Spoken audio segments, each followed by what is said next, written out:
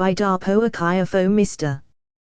Tony Uranta is the Executive Secretary of the Nigerian National Summit Group, NNSG. In this interview, Uranta, among other issues, says restructuring will be a factor in the 2019 presidential election. Excerpts: The Muhammadu Buhari administration promised to bring about change when it assumed office in 2015. Do you agree the government has made good the promise? I think the administration is in love with the American Trump administration because both administrations appear to be working as twin brothers, pushing out lies as policy of state and expecting that their words would bring about change, not their actions. It is clear even to the blind and obvious to the deaf that Nigeria is in a mess and things are never this bad since the end of the Civil War. I say this bearing in mind the fact that many people are going to react from two perspectives: 1, that I am former President Jonathan's friend, and 2, corruption is fighting back.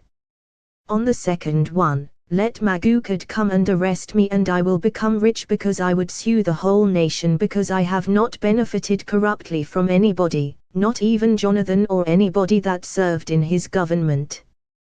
While I sympathize with Jonathan that he lost the 2015 election, I thank God because if he had not lost, we wouldn't have heard the last of it. Everybody would have been saying had Buhari got into power, Nigeria would have been an El Dorado. We all are seeing the El Dorado nonsense that Nigeria has descended into at this period.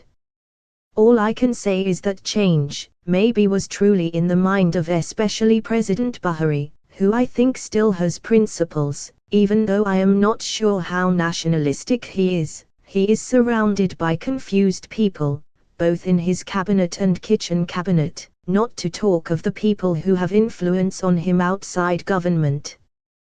Does your position take into consideration the achievements the government has recorded in recent times, like the ease of doing business, the fight against Boko Haram and the Treasury Single Account, TSA, which many believe has blocked leakages in revenue accruing to government and cut wastages? Are you conscious of all these in your comment? First, each of these three things you mentioned was started by the previous administration.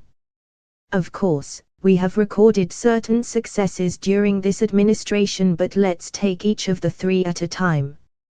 On ease of doing business, this government is only building on the systems put in place by the Obasanjo, Yar'Adua and Jonathan administrations.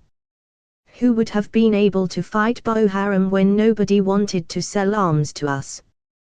The reason they are able to curb Boko Haram was that the Jonathan government managed to bring in, through unorthodox ways, ammunition and arms for the military to increase the fight.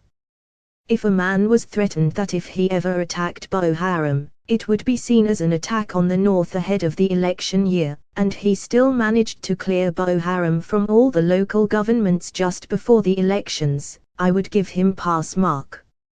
If some people told him to tread carefully, combined with the people that stood against him, that is, the then opposition, including Mr.